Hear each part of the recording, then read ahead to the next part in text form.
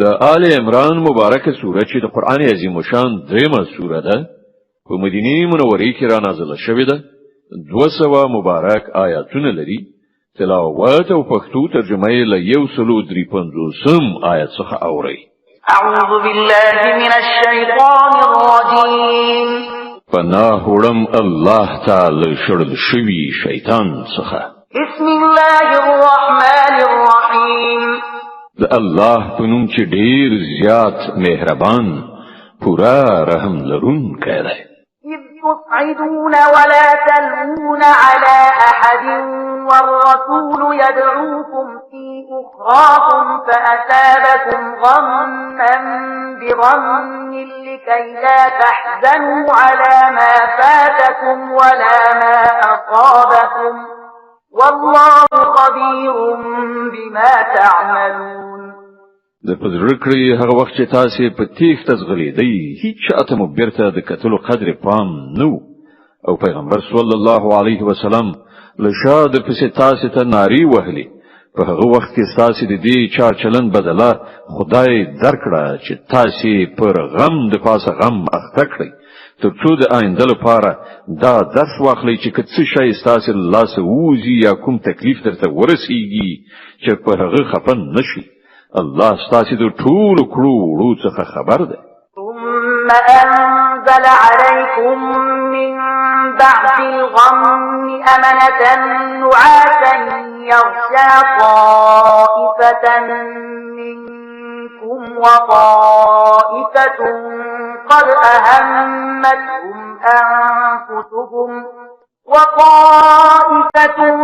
قد أهمتهم أنفسهم يظنون بالله غير الحق ظن الجاهلية يقولون هل لنا من الأمر من شيء قل إن الأمر كله لله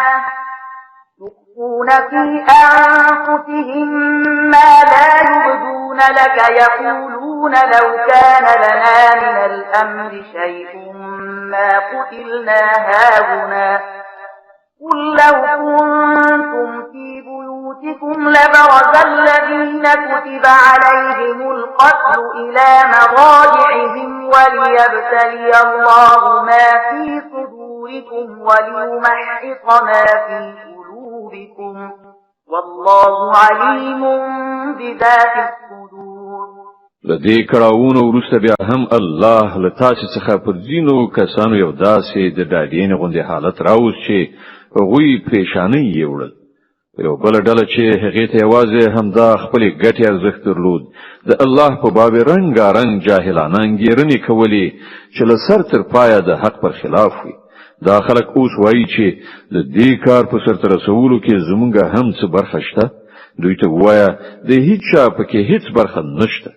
د دې کار ټول واکمنۍ د الله په لاس کې دي په اصل کې چې دې خلکو کومې خبرې په زړونو کې پټې ساتلې دي هغه تاسو نه څرګندوي د دوی اصلي هدف دا دی چې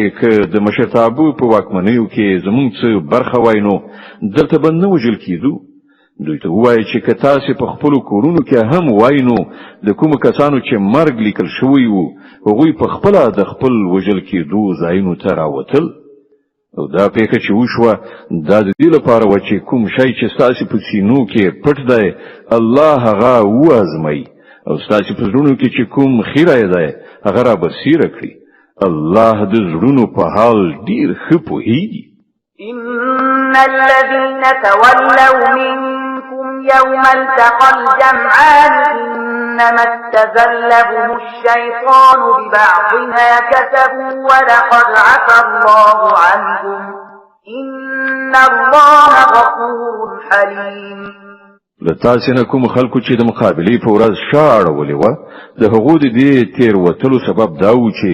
د هغو د دینو کمزوري له عمله شیطان د هغو په کې خوې وي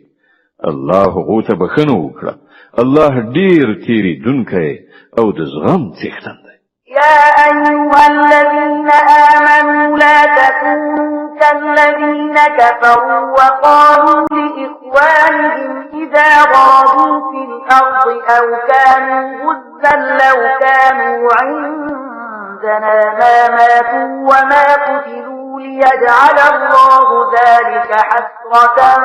في قلوبهم والله يحيي ويميت والله بما تعملون بصير. ای مؤمنانو، کافرانو غوندې خبرې مکوئ چې که د هغو دوستان او خپلوان کله کوم سفر ته ځي یا په جګړه کې برخه اخلي او هلته له کومې پیښې سره لاس او ګریوان کیږي، نو هغوی وایي چې که هغوی له موږ سره وای نو نه به مړه شوي او نه به وژل شوي. الله دا ډول خبرې د هغو په زړونو کې د غم او افسوس وسیله ګرځوي. که دا نه وي نو په اصل کې د مرګ او ژوند واکواله همدا الله دی او هغه ستاسو د ټولو حرکتونو څارونکی دی. ولئن قتلتم في سبيل الله أو متم لمغفرة من الله ورحمة خير مما يجمعون. که تاسو د الله په لار کې ووژل شئ یا ومرئ، نو ستاسو په باب د الله راتلونکی رحمت او بخښنه د هغو ټولو شیانو څخه ډیره غوره ده چې دا خلک راغونډوي. ولئن متم أو قتلتم لإلى الله تحشرون. او که تاسو ومرئ یا ووژل شئ، په هر حال ستاسو د ټولو ورتګ د همدې الله لوري ته دی. فبما رحمة من الله لنت لهم ولو كنت فظا غليظ القلب لانفضوا من حولك فاعف عنهم واستغفر لهم وشاورهم في الأمر فإذا عزمت فتوكل على الله. الله توکل وکړه. إن الله يحب المتوكلين. ای پیغمبره، دا د الله لوی رحمت دی چې ته د دې خلکو لپاره ډیر نرم خویه جوړ شوی. که داسې نه وای او ته تند خویه او سخت زړه وای، نو دا ټول به ستا له شاوخوا نه خواره شوي وو. د دوی خطاوې وبخښه، د دوی لپاره بخښنه وغواړه او هغوی سره هم په خپلو کارونو کې مشوره کوه. بیا چې ستا اراده پر کومه رایه ټینګه شي، نو پر الله توکل وکړه. د الله هغه خلق خوښیږي چې د همغه په ډاډې نه کار کوي. ينصركم الله فلا غالب لكم وإن يخذلكم فمن ذا الذي ينصركم من بعده وعلى الله فليتوكل المؤمنون. که الله مو مرستندوی باندې برلاس کېدی نشي او که هغه تاسو پریږدي، نو بیا له هغه وروسته څوک دی چې ستاسو مرسته وکړای شي؟ څوک چې رښتینی مؤمنان دي هغوی دې یوازې پر الله توکل وکړي. وما كان لنبي أن يغل ومن يغل يأت بما غل يوم القيامة ثم توفى كل نفس ما كسبت وهم لا يظلمون. دا د هیڅ یو پیغمبر کار نشي کېدای چې هغه خیانت وکړي او هر څوک چې خیانت وکړي هغه بل خپل ټول خیانت سره د قیامت په ورځ حاضر شي. بیا به هر څه کښته د هغه د کړو وړو پوره بدله ورکړای شي او پر هیڅ چا به هیڅ تیری ونشي. أفمن اتبع رضوان الله كمن باء بسخط من الله ومأواه جهنم وبئس المصير. خنو دا څنګه کېدای شي چې یو څوک تل د الله په خوښه روان وي، هغه د هغه چا غوندې کار وکړي چې د الله په غضب اخته شوی وي او د هغه وروستی منزل دوزخ وي چې هغه ډیر ناکاره استوګنځی ده. هم درجات عند الله والله بصير بما يعملون. د الله په وړاندې په دې دواړو ډوله خلکو کې په درجو توپیر دی او الله د ټولو د عملونو لیدونکی دی. لقد من الله على المؤمنين إذ بعث فيهم رسولا من أنفسهم يتلو عليهم آياته ويزكيهم ويعلمهم الكتاب والحكمة وإن كانوا من قبل لفي ضلال مبين. په حقیقت کې خو الله پر مؤمنانو باندې دا ډیره لویه لورینه کړې ده چې په هغو کې په خپل له هغو نه یو داسې پیغمبر را پورته کړ چې د هغه آیاتونه ورته اوروي، د هغو ژوند ستر کوي او هغو ته د کتاب او پوهې ښوونه کوي داسې حال کې چې له دین مخکې همدا خلک په څرګنده گمراهۍ کې غورځېدلي أولما أصابتهم مصيبة قد أصبتم مثليها قلتم أن هذا قل هو من عند أنفسكم إن الله على كل شيء قدير او دا تاسو څه کوئ چې کله په کوم کړه وخت شي نو په دې خبرو خلو پرانیزي چې دا مصیبت له کوم لوري راغی داسې حال کې چې د بدر په جګړه کې ستاسو لاسونو د دې دوه چنده مصیبت دښمنۍ ډلې ته رسولای دی ای پیغمبره دوی ته وایه دا مصیبت په خپل ستاسو له خوا منځته راوړل شوی دی الله پر هر څه برلاس دی وما أصابكم يوم التقى الجمعان فبإذن الله وليعلم الذين نافقوا وقيل لهم تعالوا قاتلوا في سبيل الله أو ادفعوا قالوا لو نعلم قتالا لاتبعناكم هم للكفر يومئذ أقرب منهم للإيمان يقولون بأفواههم ما ليس في قلوبهم والله أعلم بما يكتمون کوم تاوان چې د جګړې په ورځ تاسو ته ورسید هغه د الله په حکم او د دې لپاره و چې الله وګوري په تاسو کې مؤمنان څوک دي او منافقان څوک دي هغه منافقان چې کله هغه ته ویل شول راشي د الله په لار کې وجنګيږي یا لکتر لګا خپل خار نه قدر دفاع وکړي نو ویل کوم په هدايه چې نن به جګړه کیږي نو موږ به اروم مرو د سره تللی وای کله چې هغه دا خبره کوله په هغه وخت کې هغه له ایمان نه کفر ته نږدې وو هغه په خپل خلو هغه څه وایي چې د هغه په زړونو کې نه وي او هغه چې هغه په زړونو کې پټوي الله پرې خپوهیږي الذين قالوا لإخوانهم وقعدوا لو أطاعونا ما قتلوا قل فادرءوا عن أنفسكم الموت إن كنتم صادقين دا همغه خلک دي چې په خپل خو کېناسل او د هغو ورونه خلک چې وجنګیدل او وژل شول د هغو په باب ویل چې که هغو زمون خبره منلې وای نه به وژل شي دوی ته وای چې که تاسو په خپل دغه خبره کې ریښتینی یاست نو چې کله مو خپل مرګ راشي هغه وزندوي ولا تحسبن الذين قتلوا في سبيل الله أمواتا بل أحياء عند ربهم يرزقون فرحين بما آتاهم الله من فضله ويستبشرون بالذين لم يلحقوا بهم من خلفهم ألا خوف عليهم ولا هم يحزنون کوم کسان چې د الله په لار کې وجل شوی دي هغوی مړ مګنی هغوی خو په حقیقت کې ژوند دي د خپل رب په وړاندې روزي مومي چې الله د خپل لورینې لمخې هغه ته ورکړي دي پر هغه خوښ او سوکاله دي او دا دي چې کوم مؤمنان چې له هغه ورسته په نړۍ کې پاتې دي او لا تر اوسه پورې هلته نه دي رسیدلي د هغه لپاره هم څه ویره او کړاو نشته يستبشرون بنعمة من الله وفضل وأن الله لا يضيع أجر المؤمنين وغوی الله په لورینه او د هغه په مهرباني خوشاله او سوکاله دي او هغه ته څرګنده شوی ده چې الله د مؤمنانو اجر نه ضایع کوي الذين استجابوا لله والرسول من بعد ما أصابهم القرح للذين أحسنوا منهم واتقوا أجر عظيم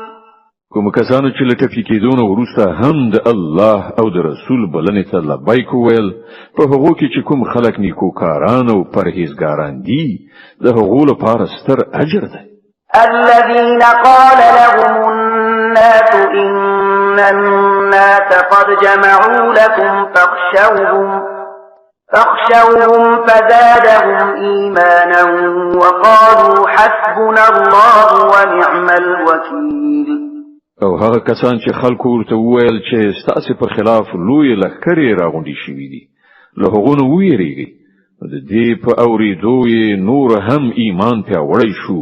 او هغه ځواب ورکړ چې زمونږ لپاره خدای کافی دی او هغه ډیر ښه کار جوړونکی دی. فانقلبوا بنعمة من الله وفضل لم يمسسهم سوء واتبعوا رضوان الله والله ذو فضل عظيم. په پای کې هغوی د الله تعالی له نعمت او لورینې سره بیرته ستانه شول. هغوی ته هیڅ راز زیان هم ونه رسید او د الله د خوښې سره سم تکولو مرتبه یې هم وموندله. الله ډیر ستر لورونکی دی. د آل عمران مبارکه سوره چې د قرآن عظیم شان درېمه سوره ده په مدینه منوره کې را نازله شوې ده. 200 مبارک آیاتونه لري. تلاوت او پښتو ترجمه یې له 115 آیت څخه اوري. إنما ذلكم الشيطان يخوف أولياءه فلا تخافوهم وخافون إن كنتم مؤمنين.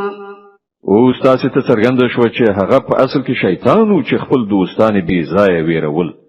د دې عمل پر راتلونکي کې تاسو له انسانانو څخه مو ویریږئ، له ما نه ویریږئ که تاسو په رښتینې توګه د ایمان خاوندان یئ.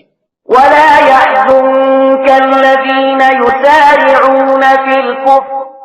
إنهم لن يضروا الله شيئا يريد الله ألا يجعل لهم حظا في الآخرة ولهم عذاب عظيم.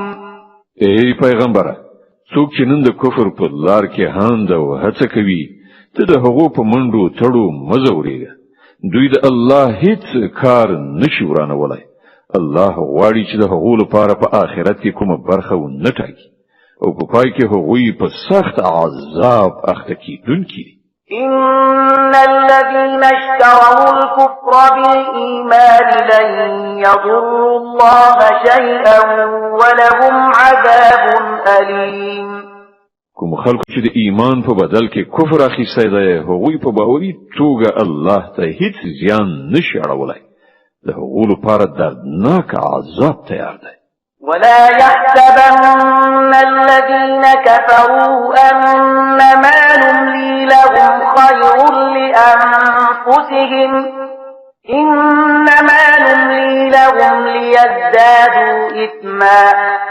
ولهم عذاب مهين. دا مهلت چې مونږ هغو ته ورکوو کافران دي دا د ځان لپاره غوره نه ګڼي. مونږ خو هغو ته د دې لپاره مهلت ورکوو چې دوی د ګناه دروند پیټی وتړي. بیا د هغو لپاره سخته سپکوونکې سزا ده. ما كان الله ليذر المؤمنين على ما أنتم عليه حتى يميز الخبيث من الطيب وما كان الله ليطلعكم على الغيب ولكن الله يجتبي من رسله من يشاء فآمنوا بالله ورسله وإن تؤمنوا وتتقوا فلكم أجر عظيم. الله با مؤمنان په دې حالت کې هیڅ کله پرې نګدي چې تاسو اوس پکې یاست. هغه به سپېڅلي خلک له ناپاکو خلکو څخه بیل کړي. خو د الله داسې عادت نه دی چې تاسو پر غیبو خبر کړي. د پټو خبرو د ښودنې لپاره چې د هغه له خپلو رسولانو څخه چاته خوښه شي ټاکي. له دې عمله د پټو چارو په باب پر الله او پیغمبر ایمان ولرئ. که تاسو د ایمان او له خدایه د ویریدو چلند غوره کړئ نو تاسو ته به لوی اجر در په برخه شي. ولا يحسبن الذين يبخلون بما آتاهم الله من فضله هو خيرا لهم بل هو شر لهم سيطوقون ما بخلوا به يوم القيامة ولله ميراث السماوات والأرض والله تَعْمَلُونَ خَبِيرٌ کوم خلکو ته چې الله له خپل فضل نه ورکړه کړی ده او بیا هغوی د بخیلۍ نه کار واخلي هغوی دې دا نه ګڼي چې دا بخیلي د هغو لپاره ګټوره ده نه دا د هغو لپاره ډیره بده ده څه شی چې هغوی په خپله شومتیا راغونډوي همغه به د قیامت په ورځ د هغو د غاړې توق شي د ځمکې او اسمانونو میراث یوازې د الله دی او تاسې چې څه کوئ الله پرې خبر دی لقد سمع الله قول الذين قالوا إن الله فقير ونحن أغنياء سنكتب ما قالوا وقتلهم الأنبياء بغير حق ونقول ذوقوا عذاب الحريق په یقیني توګه الله د هغو خلکو وینا واورېده چې وایي الله بے وزلی دی او مونږ شتمن یو د هغو دا وینا به هم مونږ ولیکو او له دې نه مخکې چې هغو کوم پیغمبران په ناحقه وژلي هغه هم د هغو په عملنامه کې ثبت دي کله چې د فیصلې وخت راشي په هغه وخت کې به مونږ هغو ته وایو چې دا د اوس د دوزخ د عذاب خوند وڅکئ ذلك بما قدمت أيديكم وأن الله ليس بظلام للعبيد دا ستاسو د خپل لاسونو ګټه ده الله پر خپل بندگانو ظالم نه ده الذين قالوا إن الله عهد إلينا ألا نؤمن لرسول حتى يأتينا بقربان تأكله النار قل قد جاءكم رسل من قبلي بالبينات وبالذي قلتم فلم قتلتموهم إن كنتم صادقين کوم کسان چې وایي الله مونږ ته لارښودنه کړې ده چې مونږ باید هیڅوک د پیغمبر په توګه تر هغه پورې ونه منو تر څو چې هغه زموږ په مخ کې داسې قرباني ونه کړي چې له غیبو راتونکی اوري ونه خوري هغو ته ووایه تاسې ته له ما څخه مخکې ډېر پیغمبران راغلي دي چې ډېرې زیاتې څرګندې ښکاره نښانې یې راوړې وې او هغه نښانه یې هم راوړې وه چې تاسې یادونه کوئ نو که د ایمان راوړلو لپاره تاسې د دې شرط په وړاندې کولو کې رښتیني یاست نو تاسې هغه پیغمبران ولې وژل فإن كذبوك فقد كذب رسل من قبلك جاءوا بالبينات والزبر والكتاب المنير اوس ای محمد صلی الله علیه وسلم که دا خلق تا دروغجن ګڼي نو لتانه مخکې یو شمیر هغه پیغمبران دروغجن ګڼل شوي دي چې ښکاره څرګندې نښانې صحیفې او روښانوونکي کتابونه یې راوړي كل نفس ذائقة الموت وإنما توفون أجوركم يوم القيامة فمن زحزح عن النار وأدخل الجنة فقد فاز وما الحياة الدنيا إلا متاع الغرور په پای کې هر څوک د مرګ خوند څکونکی دی او تاسې ټول د قیامت په ورځ د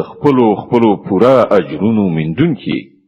بریالی اصلا هغه څوک دی چې هلته د دوزخ له اوره وژغورل شي او جنت ته ننویستل شي پاتې شوه دا دنیا دا خو صرف یو غولونکی شی دی لتبلون في أموالكم وأنفسكم ولتسمعن من الذين أوتوا الكتاب من قبلكم ومن الذين أشركوا ولتسمعن من الذين أوتوا الكتاب من قبلكم ومن الذين أشركوا أذى كثيرا وإن تصبروا وتتقوا فإن ذلك من عزم الأمور اے مسلمانان تاسې به د مال او سر دواړو په ازموینه کې واچول شي او تاسې به له اهل کتابو او مشرکانو څخه ډېرې ځورونکې خبرې واورئ که تاسې په دې ټولو حالاتو کې د زغم او له خدایه ویرې په چلند ثابت اوسئ نو دا د سترې حوصلې کار دی. وَإِذْ أَخَذَ اللَّهُ مِيثَاقَ الَّذِينَ أُوتُوا الْكِتَابَ لَتُبَيِّنُنَّهُ لِلنَّاسِ وَلَا تَكْتُمُونَهُ فَنَبَذُوهُ وَرَاءَ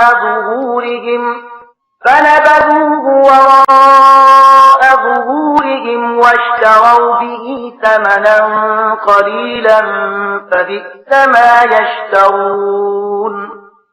دغو اهل کتابو ته هغه کلکه وعده هم ور یاد کړه چې الله ورڅخه اخیستې وه چې تاسو به د کتاب لارښودنې په خلکو کې خوروئ او هغه به پټوئ نه، خو هغو کتاب شاته وغورځاوه او هغه یې په لږ بیه وپلور. څومره ناکاره راکړه ورکړه ده چې دوی یې کوي. لا تحسبن الذين يفرحون بما أتوا ويحبون أن يحمدوا بما لم يفعلوا فلا تحسبنهم بمفازة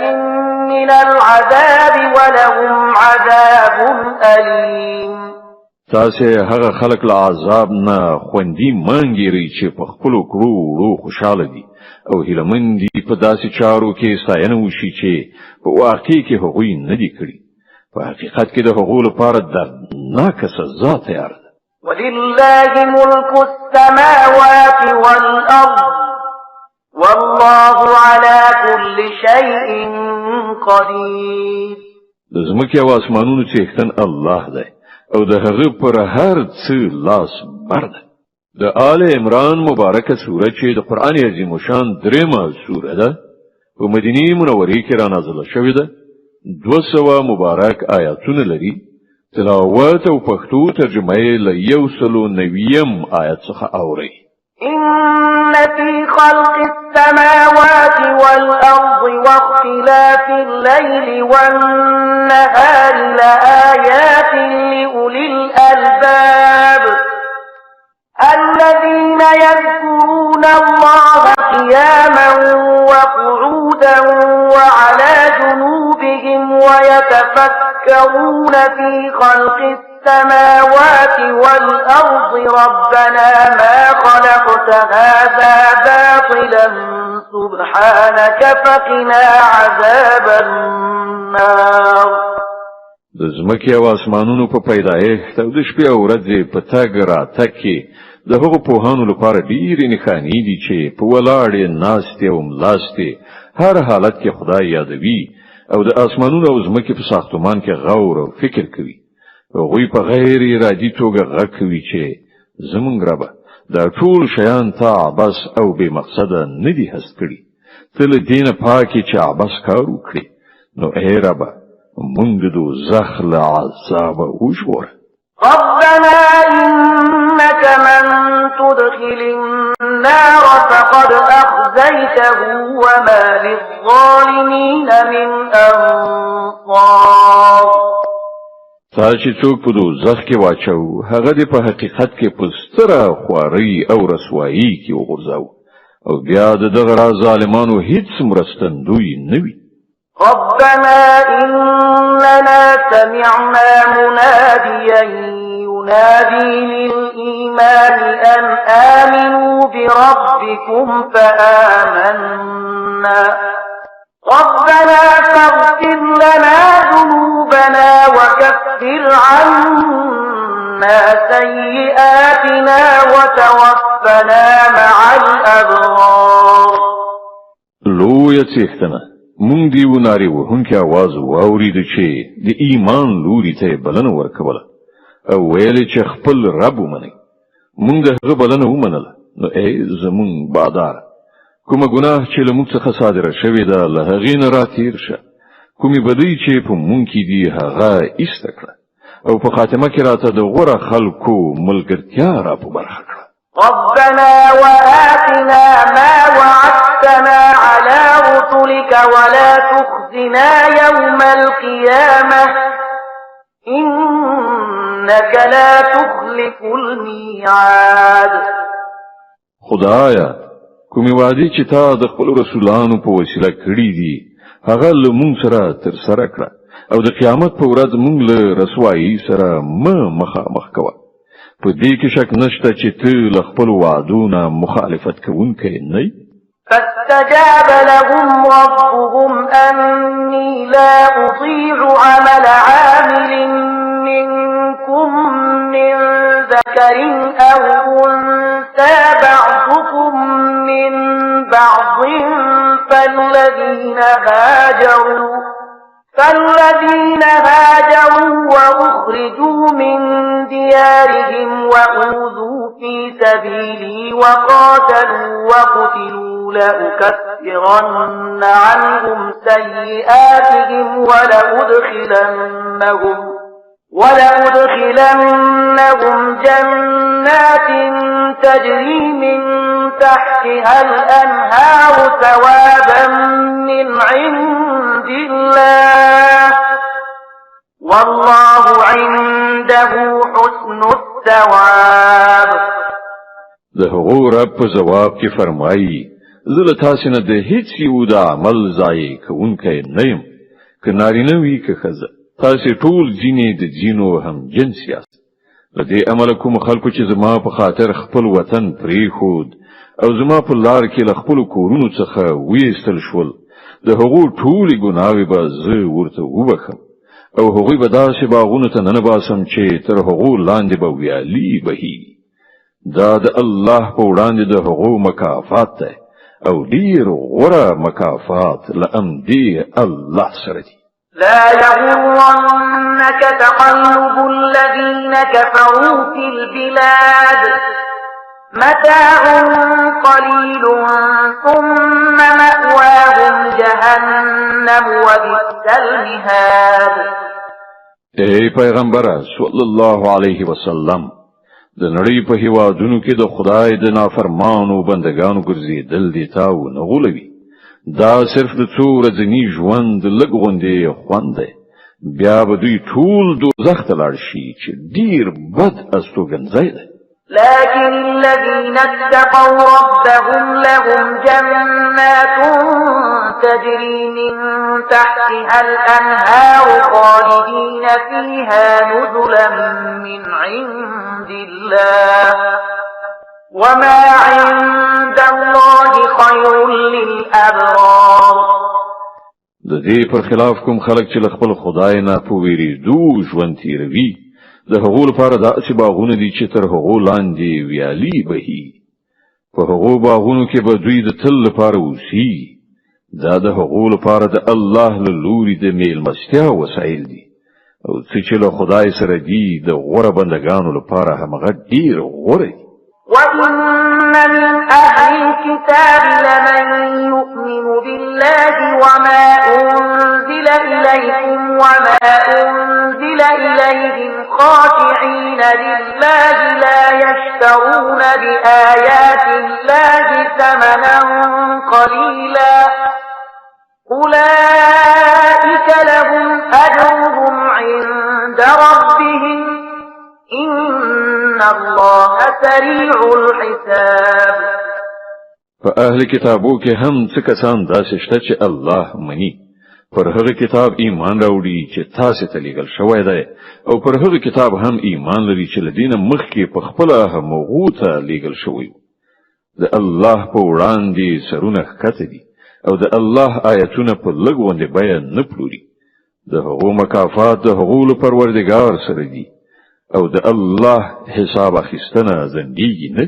يا أيها الذين آمنوا اصبروا وصابروا ورابطوا واتقوا الله لعلكم تفلحون.